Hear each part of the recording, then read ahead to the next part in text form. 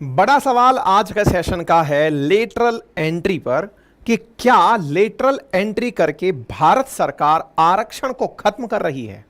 क्योंकि वर्तमान में भारत सरकार द्वारा 45 पदों पर, और वो भी पद बड़े पद जिसमें सेक्रेटरी, ज्वाइंट सेक्रेटरी, डायरेक्टर और अंडर सेक्रेटरी लेवल के पद हैं, उन पदों पर हाल ही में पार्श्व भर्ती लेटरल एंट्री निकाली गई है।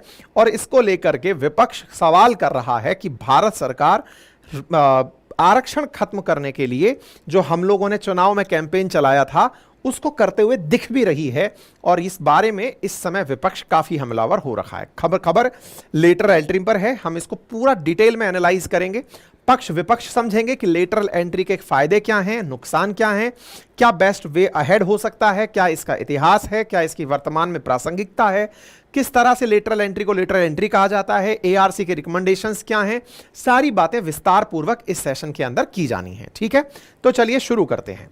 साथियों, जहां तक बात होती है लेटरल एंट्री की, तो उसको समझने से पूर्व पहले यूपीएससी के बारे में जान लेते हैं। देखिए, आप में से बहुत सारे लोग ऐसे हैं जो कि यूपीएससी के द्वारा आयोजित की जाने वाली परीक्षाओं की तैयारी करते रहे हैं, नहीं भी तो एटलीस्ट ये तो जानते ही हैं कि आईएएस अगर बनना होता है तो भारत के अंदर एक संघ लोक सेवा आयोग है जिसके द्वारा परीक्षा ली जाती है। संघ लोक सेवा आयोग के द्वारा ली जाने वाली परीक्षा बहुत सारे लोगों के बीच में वर्तमान में चर्चा में भी रही है, चाहे दिल्ली के हादसे के कारण चर्चा में रही हो या उससे जस्ट पहले यूपीएससी के अंदर फेक सर्टिफिकेट का मामला पूजा केतकर का रहा हो। ऐसे में यूपीएससी की बहुत सी जानकारियां आपको हैं, लेकिन इन जानकारियों में अगर आपको यह पता चले कि आप जिस परीक्षा के माध्यम से योग्यता के आधार पर सिलेक्शन पाते हैं, प्रॉपर प्रीलिम्स, मेंस और इंटरव्यू दे करके, उसके स्थान पर आपको बिना परीक्षा दिए ही उस पद पर बिठा दिया जाए जिस पद पर आप एग्जाम देकर के जाते थे, और तो और एग्जाम देकर जिन पदों पर पहुंचते थे उसके बाद कई साल की सर्विस करते थे, फिर जिस पद पर पहुंचते थे उस पद पर भारत सरकार आपको डायरेक्ट बिठाने का काम कर रही हो, इसे ही लेटरल एंट्री कहा गया। यानी पैरेलल तरीके से एंट्री करा दी। एक प्रक्रिया थी कि आपने पहले प्री पास किया, मेंस पास किया, इंटरव्यू पास किया, मेरिट में स्थान प्राप्त किया, फिर आप सर्विस में गए, फिर आपकी सर्विस कई सालों तक चली। आप सर्विस के बाद जिन पदों पर पहुंचते उसके स्थान पर सरकार ने केवल उम्र को उठाया कि इतने साल का आदमी है, उसके पास कुछ उन्होंने क्वालिफिकेशंस बताई, पढ़ाई लिखाई बताई, और उठाकर कहा कि आप सीधे यहां पर आ जाइए। इस बात से आपको देखते ही सबसे पहला दुख तो इस बात का होगा कि यार जो यूपीएससी एस्पिरेंट्स हैं जो इतनी मेहनत करके यहां तक पहुंचते हैं वो बेवकूफ हैं क्या जो सरकार उठा के डायरेक्ट बिठा दे रही है? पहला सवाल। दूसरा, जब सिलेक्शन होता है तो इस प्रक्रिया के अंदर तो प्रॉपर तरीके से रिजर्वेशन का ध्यान रखा जाता है। यूपीएससी जब परीक्षा आयोजित कराती है तो उसमें तो प्रॉपर रिजर्वेशन का ख्याल रखा जाता है। लेटरल एंट्री जब हो रही है तो यहां तो कोई रिजर्वेशन का सवाल ही नहीं है। ऐसे में दो बहुत बुनियादी सवाल खड़े हो गए। पहला कि यूपीएससी के जो कैंडिडेट्स हैं उनके साथ धोखा है, क्योंकि वो जिस जगह जाना चाहते थे, जिन पदों के लिए तैयारी कर रहे थे, उन पदों को आप बाहर से लाकर भर दे रहे हो, और बाहर से लाके भर रहे हो, ये तो एक अपने आप में छात्रों के साथ धोखा है ही। दूसरा, आप चूंकि जिन लोगों को भर रहे हो उनको रिजर्वेशन के माध्यम से नहीं भर रहे, मतलब उसमें आपने एससी, एसटी, ओबीसी या फिर ईडब्ल्यूएस का कैटेगरी कोटा नहीं लगाया। ऐसे में तो यह आपने और बड़ी दिक्कत कर दी। इसी कारण से यह सवाल बड़ा बन जाता है। ठीक है, यही कारण है कि सुर्खी बनती है। और सुर्खी बड़ी बात तो यह है कि राहुल गांधी जी हों, अपोजिशन में जितने बड़े नेता हैं, उनकी तो बात है ही। सरकार के सहायता में, सरकार के साथ सरकार में शामिल जो रामविलास पासवान जी के पुत्र चिराग पासवान जी हैं, उन्होंने तो यह कहा है कि इस पर अब कोई इफ एंड बट है ही नहीं। हम इसमें इस पूरे की पूरे लेटरल एंट्री के अंदर रिजर्वेशन चाहते हैं, यानी इसमें भी एससी एसटी को मौका मिलना चाहिए। हम अपनी तरफ से सहयोगी संगठन होने के नाते यह मांग उठाते हैं, अर्थात सरकार के साथ रहते हुए भी सरकार के ही संगठन इस बात की मांग उठा रहे हैं। इसलिए इस विषय वस्तु को अब आपको डिटेल से समझने की आवश्यकता है। राहुल गांधी जी का कहना है व्हाट इज लेटरल, मतलब इसके ऊपर इनके बयान काफी ज्यादा खास हैं। मैं सारी बातें आपको समझाऊंगा। कहां से यह मामला शुरू हुआ उस पर हम थोड़ा सा आपको लेकर आते हैं। आप यहां पर 17 सितंबर की डेडलाइन के साथ एक नोटिफिकेशन लगा हुआ देख लेते हैं। ये एक एडवर्टाइजमेंट है जो यूपीएससी के द्वारा ऑनलाइन रिक्रूटमेंट एप्लीकेशन के रूप में मांगा गया है। किस चीज के लिए मांगा गया है? Lateral recruitment of joint secretary, director and deputy secretary level post. तो ज्वाइंट सेक्रेटरी लेवल के पद के लिए और डायरेक्टर और डेप्यूटी सेक्रेटरी लेवल पद के लिए लेटरल एंट्री के लिए आवेदन सरकार के द्वारा मांगे गए हैं। अब मैं एक बार के लिए आपको समझा देता हूं कि किस प्रकार से भारत में आईएएस जब बनता है तो उसका प्रमोशन चलता है। एक जर्नलाइज जानकारी आप जान लें, जब कोई व्यक्ति यूपीएससी की परीक्षा पास करता है और प्रॉपर आईएएस पाता है, देखिए ये समझिए, यूपीएससी द्वारा बहुत सी परीक्षाएं आयोजित करवाई जाती हैं, इंक्लूडिंग एनडीए सीडीएस भी आयोजित करवाई जाती है ना, लेकिन हम लोग यूपीएससी द्वारा जो सीएसई की परीक्षा आयोजित करवाई जाती है, सिविल सर्विसेज के लिए जो परीक्षा आयोजित करवाई जाती है, मैं उसकी बात कर रहा हूं। उसमें भी जो सिविल सर्विसेज की परीक्षा है उसमें जो टॉपर्स होते हैं, टॉपर्स यानी कि जिन्होंने टॉप प्रायोरिटी पर आईएएस भरा होता है, उसके अलावा और कौन सी सर्विसेज होती हैं उस सीएसई के माध्यम से। आप एक ही परीक्षा से चाहे आप आईएएस बन सकते हैं, आईपीएस बन सकते हैं, आईएफएस बन सकते हैं, आईआरएस बन सकते हैं, पोस्टल सर्विसेज में जा सकते हैं, रेलवे सर्विसेज में जा सकते हैं, ऐसे तमाम प्रकार की सर्विसेज होती हैं। सामान्यतया अच्छी रैंक प्राप्त किए हुए लोग टॉप सर्विसेज में जाते हैं और टॉप सर्विस की प्राथमिकता में कुछ लोग आईएएस को लेते हैं, कुछ विदेश सेवा को लेते हैं और कुछ लोग पुलिस सेवा को लेते हैं, ठीक है। अधिकांश मेजॉरिटी में लोग आईएएस को लेते हैं, ठीक है। अगर हम ये कहें कि 1000 पोस्ट निकली हैं तो 1000 पोस्ट जब सीएसई की निकलती हैं उस परीक्षा के माध्यम से, तो उसमें से 150 से 200 पद ही ऐसे होते हैं जो कि केवल आईएएस के लिए होते हैं, बाकी फिर वो अन्य सर्विसेज के द्वारा भरे जाते हैं। अगर कोई व्यक्ति आईएएस बन गया तो आईएएस बनने के बाद में उसको जो पैसे के हिसाब से स्केल मिलती है वो जूनियर टाइम स्केल मिलती है। उसकी रैंक एक अंडर सेक्रेटरी लेवल की रैंक होती है, ठीक है। अंडर सेक्रेटरी रैंक की लेवल पर उसका अनुभव 0 से 4 साल तक का माना जाता है। मतलब यह माना जाता है कि इस पद पर बैठा हुआ व्यक्ति इस लेवल का व्यक्ति होगा, अंडर सेक्रेटरी लेवल का। अच्छा, यह एक चीज ध्यान रखने की है, अंडर सेक्रेटरी केंद्र सरकार के अंदर, और यह याद रखिएगा केंद्र सरकार के जो पद होते हैं वो राज्य सरकारों के जो पद होते हैं उनसे एक पद ऊपर होते हैं। इसको ऐसे समझते हैं, मतलब ऐसे कहिए कि अगर राज्य सरकार के अंदर कोई व्यक्ति सेक्रेटरी के पद पर है तो जब वो केंद्र में प्रतिनियुक्ति पे जाएगा तो वह ज्वाइंट सेक्रेटरी के लेवल पर जाएगा, उसका सेक्रेटरी एक पद ऊपर का होता है। यानी कि हायरार्की में उन्हें एक और एक्स्ट्रा मेहनत एफर्ट लगानी पड़ती है। मतलब राज्य का जो आईएएस ऑफिसर है वो केंद्र की प्रतिनियुक्ति पर जब जाता है तो वो एक पद नीचे की नियुक्ति पे जाता है, उसको फिर कुछ और अनुभव की आवश्यकता पड़ती है। यानी कि मैं एक आसान रूप में यह कहूं कि राज्य सरकार का सेक्रेटरी और केंद्र सरकार का सेक्रेटरी इक्विवेलेंट नहीं होता है। केंद्र सरकार का सेक्रेटरी राज्य सरकार के सेक्रेटरी से एक लेवल ऊपर का होता है। वो लेवल क्या है ये रहे, ठीक है, लेवल समझिए। तो ये जो मैं बता रहा हूं ये केंद्र के अंडर सेक्रेटरी की बात बता रहा हूं। ये जब प्रमोशन होते हैं तो ये सीनियर टाइम स्केल में जाते हैं, तब ये डेप्यूटी सेक्रेटरी के रैंक पर जाते हैं। डेप्यूटी सेक्रेटरी के बाद का जो रैंक है वो है डायरेक्टर रैंक, जिसमें कम से कम आवश्यकता है 9 से लेके 12 साल के अनुभव की। यानी कि आप आईएएस बने, 9 साल आपको सर्विस में रहते हुए मिल गए, तब आप डायरेक्टर लेवल पर पहुंचते हैं। इससे ऊपर का जो पद है जिसको सिलेक्शन ग्रेड कहा जाता है, जिसमें 12 से लेकर 16 साल तक के अनुभव की आवश्यकता होती है, यह भारत सरकार में तो ज्वाइंट सेक्रेटरी लेवल का पद है और राज्य सरकारों में यह सेक्रेटरी लेवल का पद है। यानी कि वही आईएएस अधिकारी अगर राजस्थान में लगा होगा तो राजस्थान का वो सेक्रेटरी होगा, लेकिन अगर वही अधिकारी केंद्र में लगा हुआ है तो वो ज्वाइंट सेक्रेटरी लेवल पर होगा, ठीक है। इनसे ऊपर का जो एक पद है जिसमें कि राज्य सरकार के अंदर तो वो व्यक्ति प्रिंसिपल सेक्रेटरी लेवल पर लगा होगा, लेकिन केंद्र में वो एडिशनल सेक्रेटरी लेवल पर लगा होगा। और इससे भी ऊपर एक पद है, अगर केंद्र में किसी को सेक्रेटरी लगना है, मतलब आप ये समझिए कि अगर केंद्र में कोई व्यक्ति सेक्रेटरी लगा हुआ है तो वो इक्विवेलेंट है राज्य के अंदर चीफ सेक्रेटरी होने के। मतलब राज्य का चीफ सेक्रेटरी और केंद्र का सेक्रेटरी लगभग बराबर की पोस्ट है। मतलब अगर कोई व्यक्ति केंद्र में सेक्रेटरी लगाए, उदाहरण के लिए राजस्थान के अंदर वर्तमान में जो चीफ सेक्रेटरी लगे हैं ये यहां लगने से पहले केंद्र में स्वास्थ्य विभाग के अंदर सेक्रेटरी लगे हुए थे। अब आप इससे अंदाजा लगा लीजिए कि केंद्र का व्यक्ति जब राज्य में आता है तो चीफ सेक्रेटरी लेवल पर आता है, ठीक है। इस तरह का हायरार्की में अंतर है। सरकार ने जो फिलहाल भर्ती निकाली है वो किस लेवल की निकाली है?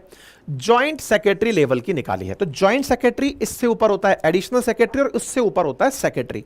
फिलहाल जो भर्ती निकाली गई है वो जॉइंट सेक्रेटरी लेवल पर निकाली गई है, ठीक है, और डायरेक्टर लेवल पर और डेप्यूटी सेक्रेटरी लेवल पर। अब आप इस वैकेंसी को फिर से देखिए, ये रहा जॉइंट सेक्रेटरी, ये रहा डायरेक्टर और ये रहा डेप्यूटी सेक्रेटरी। ये 3 पद हैं जिनके लिए फिलहाल भारत सरकार के द्वारा यूपीएससी के माध्यम से विज्ञप्ति निकाली गई है कि इन पर एंट्री करिए। कितने लोगों की निकाली गई है, कितनी पोस्ट रखी गई हैं? तो देखिए यहां पर ये जो पूरी की पूरी जगह है इसमें पद की व्याख्या की गई है कि 17 सितंबर तक आप आ सकते हैं। कौन कौन अप्लाई कर सकता है ये दिया गया है। कुल संख्या इसकी रखी गई है 45। टोटल 45 पोस्ट यहां पर निकाली गई हैं इन 3 जगहों पर। दूसरा क्या है, दूसरा है यहां पर 24 विभागों के अंदर ये चीजें निकाली गई हैं, 24 मिनिस्ट्रीज में ये वाली चीज निकाली गई हैं। ठीक है साहब। अच्छा, अब यहां पर 24 मिनिस्ट्रीज में 45 पोस्ट सरकार के द्वारा निकाली गई हैं। अब इसी के साथ सारा विवाद शुरू होता है। कैसे शुरू होता है कि सरकार ने टोटल 45 वैकेंसी निकाली, एक तो आप ये सवाल बोलते, और एक आप ये बोल रहे हैं कि 24 विभागों में 45 निकाली। असली खेला यहीं हो गया। कैसे हो गया, अब मैं आपको वो बताता हूं। इधर देखिए आप, ये संजीव सान्याल जी हैं, वही संजीव सान्याल जी जिन्होंने एक बार बयान दिया था कि यूपीएससी समय की बर्बादी है। ये भी लेटरल एंट्री से पहुंचे हुए हैं। इन्होंने ही अपने द्वारा एक ट्वीट करके जानकारी दी कि हां भाई आ जाओ, फिर से पोजीशंस ओपन हुई हैं। यहां पर आप देखिए यूपीएससी के द्वारा निकाली गई इन सर्विसेज में विज्ञप्ति ऐसे नहीं निकाली गई है। इंटरेस्टिंग बात है, यूपीएससी जब आईएएस का परीक्षा आयोजित करवाती है, सीएसई की परीक्षा आयोजित कराती है, तो कैसे बोलती है कि हमने 750 पदों पर वैकेंसी निकाली है, जबकि वो 750 ज्वाइंट रूप से बोले जाते हैं। ज्वाइंट बोले जाते हैं से मतलब उसमें आईएएस, आईपीएस, आईआरएस सबको काउंट करके एक साथ बोल दिया जाता है कि हाँ भाई इतने पद हैं, इन पर अप्लाई करिए। इससे क्या होता है, इससे ओबीसी, एसटी, एससी सबके पद उसके अंदर अकॉर्डिंगली रिजर्वेशन में चले जाते हैं। यहां दिमाग लगाया यूपीएससी ने। क्या दिमाग लगाया साहब, यहां दिमाग यह लगाया कि यहां पर पद अनाउंस डिपार्टमेंट वाइज किए गए। तो मतलब कैसे करने चाहिए थे, अगर 45 पद अनाउंस किए जाते तो इसका इंपैक्ट अलग होता, और अगर अलग अलग डिपार्टमेंट के हिसाब से कर दिए तो इसका मीनिंग अलग है। बोले क्यों, आप तो अभी भी 45 ही बोल रहे हो। मैंने कहा यही खेला है, असली रिजर्वेशन की काट है ये खेला। आप पूछेंगे वो कैसे, अब बताता हूं। देखो क्या है, रिजर्वेशन में 13 पॉइंट रोस्टर लगता है। 13 पॉइंट रोस्टर क्या है, एक आसान रूप में यह समझ लो, एक लाइन में अगर मैं ये कहूं कि अगर किसी भी पद पर रिजर्वेशन देना है, कम से कम 13 वैकेंसी होंगी, तभी जाकर सभी कैटेगरी 13.33 बोलते हैं, 14वीं वैकेंसी पे जाकर के रिजर्वेशन से, मतलब अगर कोई भी पद 13 पद निकलते हैं, 14 पद पकड़ के चलिए, 13.33 होता है असल में, तो इसलिए 13 बोल के चलते हैं लोग। 13 पॉइंट रोस्टर की अगर किसी पद पर मान लीजिए कि आईएएस के 13 पद पर वैकेंसी निकले, अगर वैकेंसी 13 पद पर निकले, तब तो आप सभी कैटेगरी को उनकी जो प्रतिशत मात्रा है उस हिसाब से रिजर्वेशन दे सकते हो। और अगर आप 13 पद नहीं निकाले तो आपको केवल और केवल 3 पद ही निकालने पड़े, तो इसमें रिजर्वेशन देने की जरूरत ही नहीं पड़ती। अब इसको मैं और आसान रूप में आपको समझाने का प्रयास करूं तो फिर से समझिए। मैं अगर यह कह दूं कि ये 45 पद निकाले गए, तब तो आपको इसमें एससी, एसटी, ओबीसी, ईडब्ल्यूएस सबका रिजर्वेशन देना पड़ता। लेकिन अगर मैं ये कह दूं कि हां भाई 24 डिपार्टमेंट में 45 पद हैं, हेल्थ मिनिस्ट्री के अंदर मान लीजिए 2 हैं, वित्त मंत्रालय के अंदर जो है वो 3 हैं, स्वास्थ्य मंत्र वो क्या बोलते हैं शिक्षा मंत्रालय के अंदर 1 है, रक्षा मंत्रालय के अंदर 1 है, पर्यटन में 1 है, प्रदूषण में 2 है, कुछ भी मतलब जो जो विभाग हैं उस प्रकार से आपने रख दिए। अगर आपने रख दिए तो आपको रिजर्वेशन देने की जरूरत ही नहीं पड़ी। रिजर्वेशन देने की जरूरत नहीं पड़ी, क्यों नहीं पड़ी, क्योंकि रिजर्वेशन 13 से नीचे लागू ही नहीं होता। कम से कम 13 मिलने चाहिए, और 13 मिलने चाहिए, और अगर केवल 3 ही निकालते हो तो वो तो अनरिजर्व कैटेगरी के होते हैं, उसमें तो सभी अप्लाई कर सकते हैं। और सभी अप्लाई कर सकते हैं तो जब इलेक्शन हुए थे वर्ष 2024 के लोकसभा चुनाव हुए थे, तब अपोजिशन ने क्या बात उठाई थी, अपोजिशन ने बात यह उठाई थी कि आरक्षण खत्म करने का प्रयास कर रही है भारत सरकार।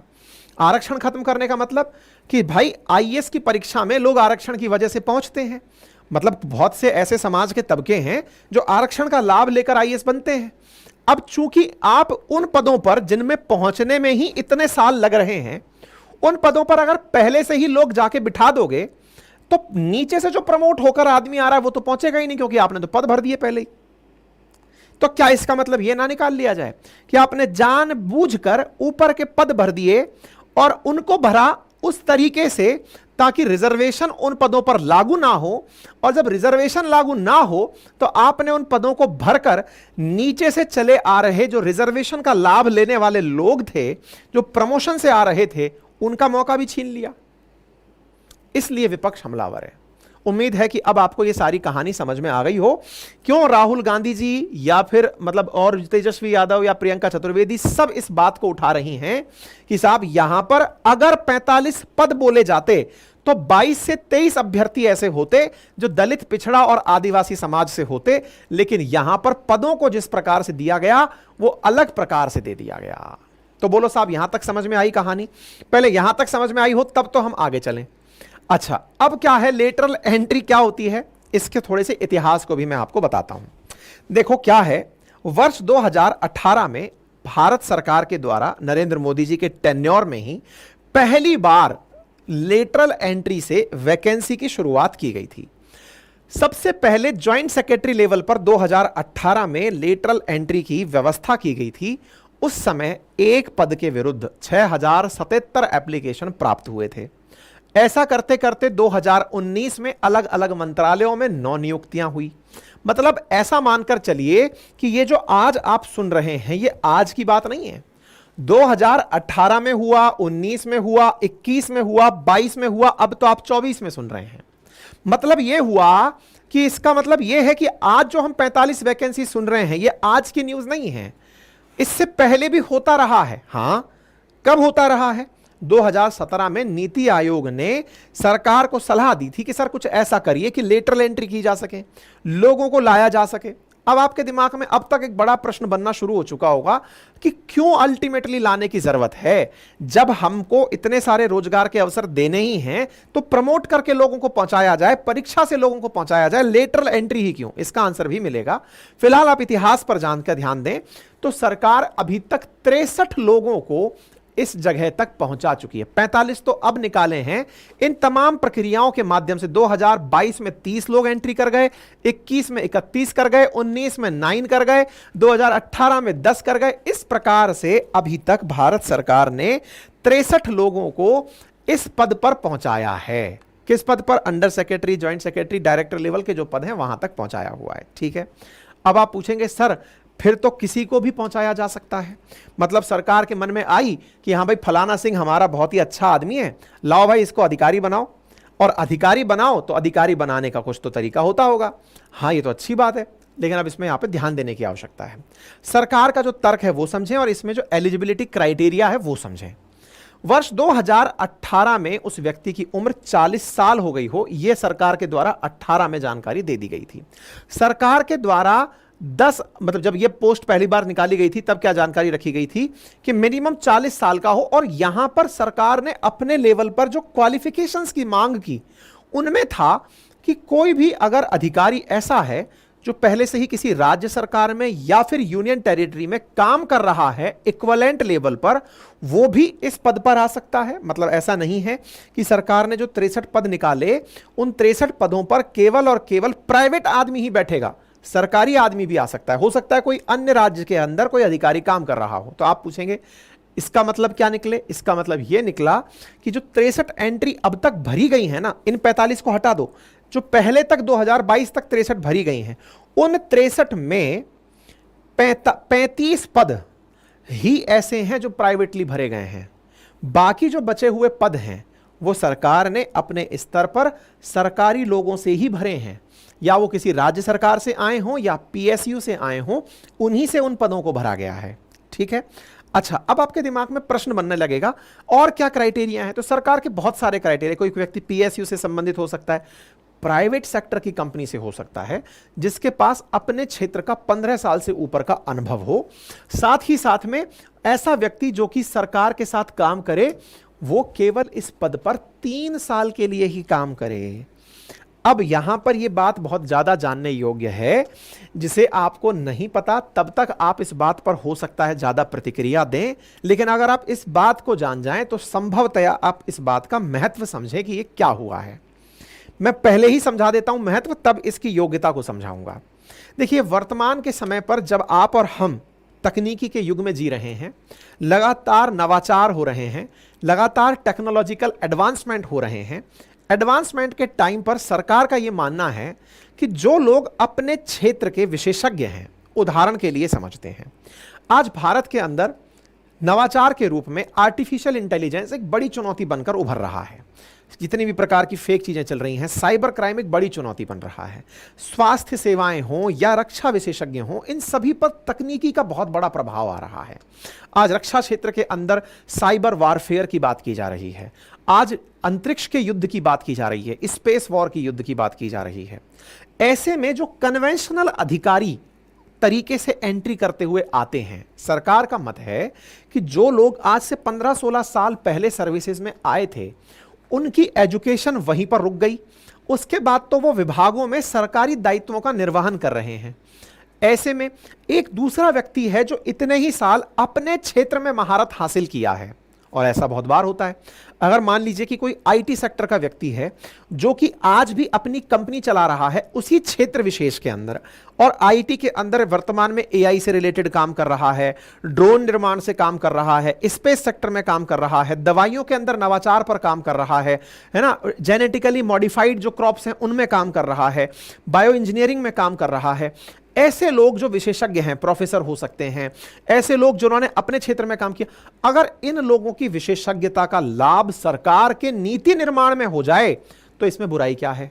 सरकार का मत यह है कि अगर हम इस काम को कर जाते हैं तो इससे बड़ा लाभ हमें नीति निर्माण में एक एक्सपर्ट व्यक्ति के आने पर मिलता है। तर्क तो यह है। तो ये इसी सरकार का मत है कि इससे पहले भी कोई मत हो चुके हैं। असल में भारत के अंदर प्रशासनिक सुधारों को लेकर के एआरसी का गठन किया जाता रहा है। एडमिनिस्ट्रेटिव रिफॉर्म्स के लिए कमेटी बनती रही हैं। जो सेकंड एआरसी थी, जो 2005 में अपनी रिकमेंडेशन दी थी मोइली जी के नेतृत्व में, वीरप्पा मोइली जी के नेतृत्व में, उसने इस बात को रिकमेंड किया था कि भारतीय सेवाओं में लेटरल एंट्री होनी चाहिए। और वीरप्पा मोइली जी कांग्रेस से संबंधित थे, और उस समय पर जब ये अपनी बात बोल कर गए थे उस समय कांग्रेस का ही शासन था, मतलब यूपीए का शासन था। कहने का मतलब ये समझिए कि आज जो लेटरल एंट्री हो रही हैं ये एआरसी के रिकमेंडेशंस पर हो रही हैं। ऐसा भारत सरकार का कहना है कि हम कुछ नया नहीं कर रहे, हम तो वही कर रहे हैं जो कांग्रेस कहकर गई थी। कांग्रेस कहती है कि मनरेगा हमारा है, कांग्रेस कहती है कि हमने इतनी सारी योजनाएं जो बना दी, हमने आईआईटीज बना दिए, आईआईएम्स बना दिए, ये सब हमारे हैं। तो भाई ये भी बता दें कि लेटर एंट्री भी कांग्रेस की ही है। इन्होंने ही सबसे पहले रिकमेंड किया था कि ऐसा होना चाहिए। जब इनके रिकमेंडेशंस पर हम मनरेगा आगे ला सकते हैं, इनके रिकमेंडेशंस पर हम आईआईटीज नई बना सकते हैं, आईआईएम्स नए खोल सकते हैं, तो इन्हीं के रिकमेंडेशंस पर हम लेटर एंट्री लेकर आ गए। इसमें बुराई क्या है? सरकार इस बात को इस तरह से अपोजिशन पर डाल रही है, और अपोजिशन पर डालते डालते राहुल गांधी जी के कुछ 2019 के ट्वीट भी खंगाल दिए जा रहे हैं, जिसमें यह कहा जा रहा है कि राहुल गांधी जी तो खुद लेटरल एंट्री के समर्थन में एक बार कहे थे कि कुछ जो सेना के पूर्व जवान हैं उनको भी लेटरल एंट्री से एंट्री करानी चाहिए। सोशल मीडिया पर इस समय वो भी बहुत तैर रहा है। कहने का मतलब यह है कि सरकार का जो उद्देश्य है एआरसी के उद्देश्य से प्रेरित है, और एआरसी एडमिनिस्ट्रेटिव रिफॉर्म्स के लिए बनाया हुआ समिति था। एआरसी 1 था पहले, उसके बाद एआरसी 2 आया। जो एआरसी 2 आया उसने इस बात के ऊपर ध्यान दिया था कि लेटरल एंट्री होनी चाहिए। उसी के रिकमेंडेशंस को मांगते हुए हम लोग तो ये कर रहे हैं। दूसरा जो इंपॉर्टेंट पॉइंट है आपको जो यहां जानना चाहिए वो ये है कि यहां आया हुआ जो व्यक्ति है वो इस पद पर केवल 3 साल तक ही रह सकता है। मतलब यह समझने की आवश्यकता है कि जिस बात पर इतना हंगामा जो बरपा हुआ है, इसमें जॉइंट सेक्रेटरी लेवल पर आया हुआ व्यक्ति हमेशा जॉइंट सेक्रेटरी ही रहेगा, नंबर 1, और केवल 3 साल ही रहेगा। सरकार चाहे तो उसे 5 साल तक रख सकती है, उसके बाद उसे सर्विसेज से हटना पड़ेगा। इसका मतलब यह हुआ कि जॉइंट सेक्रेटरी लेवल पर आया हुआ व्यक्ति अगर 3 से 5 साल ही रहेगा तो फिर बड़ा प्रश्न खड़ा होता है कि जब इतने ही समय के लिए व्यक्ति आ रहा है तो इसमें रिजर्वेशन कैसे दें। सरकार का तर्क सुनिए। सरकार का तर्क यह है कि जब भी कोई आईएएस अधिकारी किसी दूसरे विभाग में लगता है, उदाहरण के लिए आज आईएएस का जो सही से काम माना जाता है वो क्या है? प्रशासन का काम करेंगे। प्रशासन के अंदर कार्य करते करते प्रशासनिक व्यवस्थाओं को बनाने में, नीति निर्माण में सरकार की सहायता करेंगे। ये तो आईएएस का असल काम है।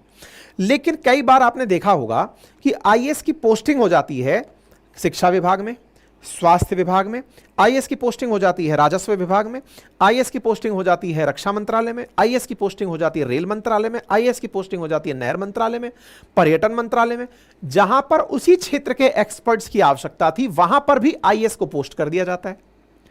तो सवाल कहती है सरकार कि जब इस प्रकार से किसी को उस पद पर भेजा जाता है तो क्या हम वहां पर भी रिजर्वेशन देते हैं क्या, कि साहब फलाने सिंह को इस जगह पर भेजने के लिए रिजर्वेशन की आवश्यकता है? नहीं, विभाग में लगे थे तो विभाग के लिए तो आप लग सकते हैं, उसमें तो रिजर्वेशन की व्यवस्था है ही नहीं। सरकार का भी यही कहना है कि बोले जो हम ज्वाइंट सेक्रेटरी लेवल पर लोग ला रहे हैं वो आवश्यकता के हिसाब से ला रहे हैं। आवश्यकता से मतलब हम ला इस हिसाब से रहे हैं कि अगर कोई व्यक्ति स्वास्थ्य मंत्रालय में विशेषज्ञता रखता है तो फिर वो स्वास्थ्य में अप्लाई करे। पता चले 45 पर हमने भर्ती निकाली, ज्वाइंट 45 कर दी, 45 में भर्ती निकाली, अब उसमें आवेदन किया किसी ऐसे आदमी ने जिसके पास में आईटी सेक्टर का अनुभव है या ड्रोन उड़ाने का अनुभव है या बायो इंजीनियरिंग का अनुभव है। 45 में उसने आवेदन किया, सेलेक्ट हो भी गया। आपने वहां पर मेरिटोक्रेसी लगा दी कि नहीं साहब, टॉपर्स जाएंगे वित्त मंत्रालय में, उसके बाद वाले जाएंगे स्वास्थ्य में, उसके बाद वाले जाएंगे पर्यटन में। इस प्रकार से आपने मेरिटोक्रेसी लगा दी। अब विचार कीजिए, जिसका अनुभव था वित्त में, हो सकता है कि वो टूरिज्म में आ जाए, क्योंकि ऐसा ही होता है। आईएएस के द्वारा जब चयन किया जाता है, यूपीएससी परीक्षा में जब आयोजन किया जाता है, तो क्या होता है, बहुत सारे इंजीनियर्स ऐसी सर्विसेज में चले जाते हैं जहां इंजीनियर्स की आवश्यकता ही नहीं है, होता ही है। बहुत सारे नॉन टेक्निकल बैकग्राउंड के लोग टेक्निकल चीजों में चले जाते हैं। कॉमर्स वाले लोग जहां इनकी आईआरएस में बढ़िया आवश्यकता है वो आईएएस पर चले जाते हैं। जब परीक्षा के अंदर सभी के लिए एक क्राइटेरिया रख दिया तो आपने उनके नॉलेज का कहां उपयोग किया? जब नॉलेज का उपयोग नहीं किया तो इन 45 पर एक साथ भर्ती कैसे निकाल दें? सरकार का तर्क यह है कि जब हमें आवश्यकता डिपार्टमेंट वाइज व्यक्ति की है, 45 पद होते तो रिजर्वेशन का लाभ मिलता, ये तो समझ में आया। लेकिन 45 पद होते रिजर्वेशन का लाभ मिलता तो यह भी तो होता कि 45 की परीक्षा आयोजित होती, और परीक्षा नहीं तो डायरेक्ट इंटरव्यू आयोजित होते, और डायरेक्ट इंटरव्यू अगर आयोजित होते उसमें व्यक्ति जो चयनित होकर आता वो कौन से एक्सपर्टाइज का व्यक्ति किस क्षेत्र में चला गया, इसको कैसे सुनिश्चित करोगे? तो टेक्निकली आपको फिर से यही तो करना पड़ेगा कि अगर मैंने इस वाले फील्ड के व्यक्ति को लिया तो वो इसी फील्ड में जाएगा। तो जब मैं पहले से ही डिसाइड करके चलूंगा तो फिर मुझे यह करना पड़ेगा कि स्वास्थ्य मंत्रालय में वैकेंसी निकली है तो स्वास्थ्य के लिए स्वास्थ्य वाले ही आवेदन करें, जिनको स्वास्थ्य फील्ड में ही 15 साल से ऊपर का अनुभव है, जिन्होंने इसी में कुछ महारत हासिल की है, वो आए। ये सरकार का तर्क है। मैंने आपको दोनों के तर्क दे दिए। देखो, अपोजिशन का जो तर्क है वो आरक्षण के ऊपर है। वो चाहते क्या है कि सरकार इनका 45 की 45 का परीक्षा आयोजित कराती तो 22 लोग ऐसे भी होते जो कि टॉप पदों पर जाते। ये तो किसका मत हो गया? अपोजिशन का मत हो गया। सरकार का मत क्या है? सरकार कह रही है कि भाई ठीक है, मान लिया आपकी तरह से हम इस काम को कर देते, तो मुझे यह बताओ कि इन 45 पदों में अगर मैं इस परीक्षा को आयोजित करवा देते, इंटरव्यू चलो एक बार में 45 के लिए निकाल दिए, आपके 22 ओबीसी एससी एसटी के लिए निकाल दिए, ये हो गया। उसके बाद में जो सेलेक्ट होकर आए उनकी एक्सपर्टाइज उस क्षेत्र में है ही नहीं, तो क्या करोगे? हमको तो विशेषज्ञ चाहिए ना। लेटरल एंट्री लाई ही इसलिए गई है ताकि वर्तमान के इस चैलेंजिंग टाइम में, जब आर्टिफिशियल इंटेलिजेंस का टाइम है, तमाम प्रकार की बीमारियां फैल रही हैं, कोरोना ने पूरे जीवन को धकेल दिया पीछे, ऐसे में नीति निर्माण के लिए अगर उस स्तर पर जहां पर सरकार को दिमाग वाले लोग चाहिए वहां पर अगर कोई आदमी आकर बैठ जाए तो इसमें बुराई क्या? और वो व्यक्ति आ भी 3 साल के लिए रहा है, कौन सा परमानेंट आ रहा है? हम तो सुविधाओं के लिए उस व्यक्ति को ले रहे हैं कि वो अपनी विशेषज्ञता हमें दे और 3 साल बाद वापस चला जाए, और जरूरत पड़ गई तो 5 साल तक रह ले फिर चला जाए। तो बोले फिर इस बात में क्या दिक्कत है?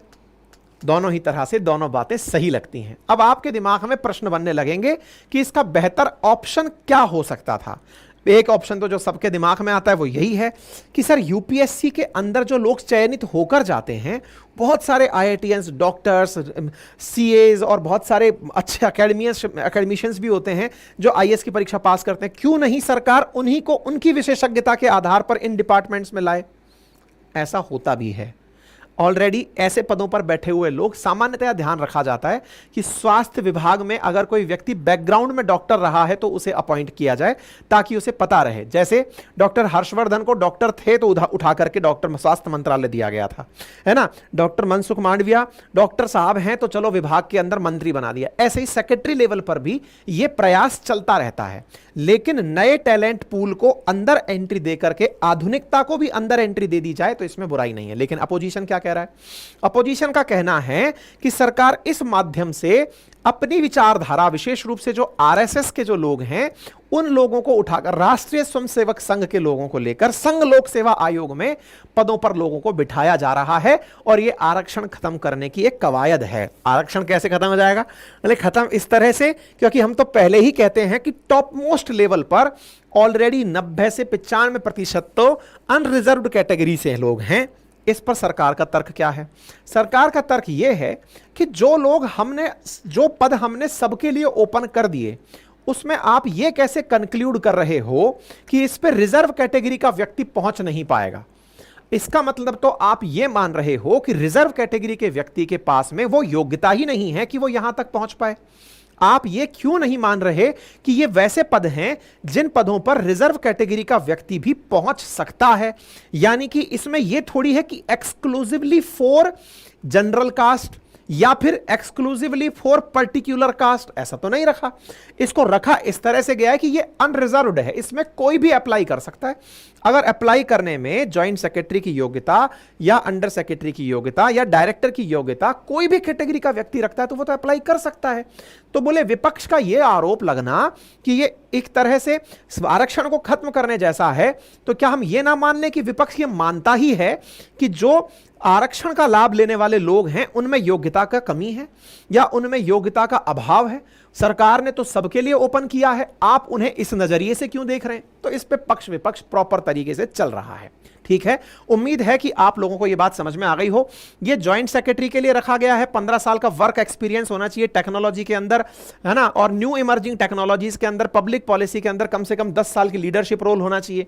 डायरेक्टर और अंडर सेक्रेटरी के लिए रखा गया है, जैसे डायरेक्टर लेवल के लिए जो पोस्ट रखी गई है, educational MSc in soil conservation, water management, environment science, bachelor degree in agriculture engineering from recognised university और इंस्टीट्यूट, 10 साल का अनुभव। डेप्यूटी सेक्रेटरी के लिए रखा है एमएससी इन सॉइल कंजर्वेशन। ये एग्जीक्यूट एक्सक्लूसिव तरीके से इन्होंने डिजायर पोस्टिंग रखी है, आप यहां पर देख सकते हैं। जैसे कि डेप्यूटी सेक्रेटरी डायरेक्टर के लिए एक पद की पोस्टिंग निकाली है, 1 पोस्ट निकाली गई है climate change and soil conservation के लिए। तो यहां पर सरकार ने अपनी तरफ से डिपार्टमेंट में ही जानकारी क्या रखी है कि भैया एमएससी होना चाहिए सॉइल कंजर्वेशन के अंदर, तभी जाकर के आप इस पर अप्लाई कर पाओगे, 10 साल का कम से कम अनुभव। ऐसे ही सरकार ने हर जगह पर डिजायर कर दी है, एलिजिबिलिटी रख दी है कि कम से कम उस क्षेत्र का आपको नॉलेज होना चाहिए। ठीक है साहब, तो मैंने आप लोगों को यह बात बता दी, 63 का नंबर बता दिया, ये सारी जानकारी मैंने आपको बता दी। 63 अपॉइंटमेंट अब तक हो चुके हैं। यूपीएससी द्वारा भारत के अंदर अखिल भारतीय सेवा परीक्षाओं का आयोजन कराया जाता है। भाग 14 के अंदर 315 से 323 के लेकर के इसकी व्यवस्था की गई है, जिसके अंदर सिविल सर्विसेज एग्जामिनेशन आयोजित करवाए जाते हैं। यूपीएससी द्वारा बहुत सारे एग्जाम्स किए जाते हैं, उनमें से हमने जो चर्चा की है वो सीएससी एग्जाम की है, जो कि मल्टी लेवल परीक्षा है, और मल्टी लेवल परीक्षा में भी मेरिट के आधार पर लोगों को आईएएस मिलता है। लेकिन यूपीएससी के द्वारा आयोजित की गई इन परीक्षाओं में जो व्यक्ति आईएएस बनकर आता है वो इस स्केल पर जाता है। उनमें से लगभग 9 से 12 साल के इस अनुभव के बाद जो व्यक्ति जूनियर एडमिनिस्ट्रेटिव रैंक में डायरेक्टर रैंक पर आता है, उस पर सरकार के द्वारा लेटरल एंट्री निकाली गई है। वर्तमान में अगर यूपीएससी के अंदर रिजर्वेशन कोटा की बात की जाए तो एसटी के लिए 15%, एसटी के लिए 7.5% और 25% ओबीसी के लिए, ईडब्ल्यूएस के लिए 10% है, और personal with the benchmark disability 4% रखा गया है। ठीक है साहब, तो लेटरल एंट्री का राहुल गांधी जी के द्वारा अपनी तरफ से विरोध किया गया। इन्होंने अपनी तरफ से पॉइंट बताए, जो जिसके पॉइंट थे मैंने आपको वो सारे के सारे समझा दिए हैं। सरकार का भी तर्क दे दिया। सरकार इसमें केवल यही कह रही है, हम तो आप ही की बात मान रहे हैं, क्योंकि कांग्रेस के द्वारा ही वीरप्पा मोइली जी के नेतृत्व में जो सेकंड एआरसी बनाई थी उसके समय पर हमने उनके तरह जो रिकमेंडेशंस थी उनको माना है। इस पर कांग्रेस का कहना यह है कि जब एआरसी की रिकमेंडेशन मोइली जी ने दी थी हमने तो नहीं मानी थी, हमारी जब सरकार आई हम तो लेटरल एंट्री नहीं लेकर आए, आप ही क्यों लेकर आए? तो फिर सरकार की तरफ से कहना है ऐसी तो बहुत सारी चीजें हैं जो एआरसी ने कही थी या और आपके शासनकाल में डिसाइड हुई थी लेकिन आपने नहीं की, वो बाद में हमने की, उन पर भी तो आप क्लेम करने आ जाते हैं कि ये काम हमारा ही किया हुआ है। तो इस पे पक्ष विपक्ष अपनी तरफ से चल रहे हैं। ठीक है साहब, इस पर राहुल गांधी जी का 2019 का एक ट्वीट है जो काफी वायरल हुआ, जिसमें उन्होंने कहा था कि our ex servicemen are India's pride and must be given the respect they deserve, we will allow qualified ex servicemen lateral entry into the civil services. ये इन्होंने 2019 में कहा था। तो जब इन्होंने 2019 में कहा तो इनसे लोग कह रहे हैं कि आपने उस समय भी ये बात बोली थी लेटरल एंट्री के समर्थन में, अब अचानक क्या हुआ? अब अचानक कहीं ये तो नहीं कि आप जो आरक्षण की मांग लेकर चल रहे हैं कि संविधान संकट में है, जो चुनाव प्रचार में आप लेकर नैरेटिव चले थे, आप उसी नैरेटिव को फिर से साउंड करने के लिए कि देखो सरकार आरक्षण खत्म करना चाहती है, ठीक है, तो आप उसके लिए लेकर आ रहे हैं, तो लोग इस तरह से इनको यहां पर ले रहे हैं। ठीक है साहब, ये सारी जानकारी मैं अब आप लोगों को प्रॉपर दे चुका हूं। एआरसी 2 बार आया है। फर्स्ट एआरसी 1966 के अंदर आया था, तब मोरारजी देसाई के नेतृत्व में था, उनके द्वारा रिकमेंडेशन दी गई थी। और सेकंड एआरसी 2005 में आया था, वीरप्पा मोइली जी के नेतृत्व में आया था। ठीक है, तो मैंने ये बता दिया। हाँ, रिजर्वेशन के अंदर जो लेटरल एंट्री है ना, इस लेटरल एंट्री में मैंने 13 रोस्टर पॉइंट की बात आपको समझा दी है, जिसमें मैंने आपको बताया कि अगर इस तरह से 13 पद होंगे तो 3 पद अनरिजर्व कैटेगरी के पास होंगे, चौथा पद ओबीसी के पास होगा, 7वां पद एससी के पास होगा, 8वां ओबीसी के पास, 10वां ईडब्ल्यूएस के पास। इस तरह से पदों का बंटवारा होगा। यह रोस्टर प्रणाली है, मतलब हर 7वां पद एससी, हर 14वां पद एसटी, इस प्रकार से पदों का वितरण होगा। रोस्टर सिस्टम में कहा जाता है कि अगर वाकई में रिजर्वेशन का लाभ लेना है तो कम से कम उस जगह पर 13 वैकेंसी होनी चाहिए, तब जाकर के रिजर्वेशन का लाभ सभी कैटेगरी को मिलता है। इसी वजह से इस पर सारा की सारा मामला फंसा हुआ है। ठीक है ना, चूंकि यहां पर पद के हिसाब से इकट्ठी वैकेंसी 45 नहीं निकाली गई, इसमें डिपार्टमेंट वाइज निकाली गई, तो यहां पर आरक्षण अनरिजर्व कैटेगरी की वजह से किसी को नहीं मिला, इसलिए यह ओपन सीट कहलाई और ओपन सीट पर सरकार ने आवेदन मांग लिए। यानी कि यहां पर अगर इस रोस्टर प्रणाली को ना लगाया हुआ होता तो संभव है कि सरकार को कम से कम 22-23 ऐसे लोगों को रिजर्वेशन का लाभ, ऐसे लोगों को एंट्री देनी पड़ती जो रिजर्व कैटेगरी से आते। लेकिन विपक्ष का कहना है कि आपने चूंकि डिपार्टमेंट वाइज निकाल दी, इसलिए ये सारी दिक्कतें हो रही हैं। ये कुछ पुराने लोग हैं जो कि अब तक नियुक्त हुए हैं, जिनके नाम आपके सामने हैं, इन्हें भी आप देख सकते हैं कौन कौन किस मंत्रालय के अंदर लगे हुए हैं। फिर एक बड़ा सवाल बनता है कि सर इसके पक्ष में क्या प्रमाण है, मतलब लेटरल एंट्री अगर सिविल सर्विसेज में होती है तो इसके फायदे क्या क्या हो सकते हैं। तो देखिए, पहला फायदा है कि स्किल और एक्सपर्टाइज वाले लोग एंट्री करते हैं। दूसरा, नए इनोवेशंस आते हैं। तीसरा, गैप फिल होता है, क्योंकि असल में 1500 आईएएस ऑफिसर की पोस्ट खाली हैं अभी। ऐसे में टॉप पोजीशंस पर एलिजिबल आदमी पहुंचते रहे तो वो अन्य सेक्टर के भी हो सकते हैं। ऐसे ही वर्क कल्चर में कुछ नया चेंज आता है। नया चेंज कैसे आता है?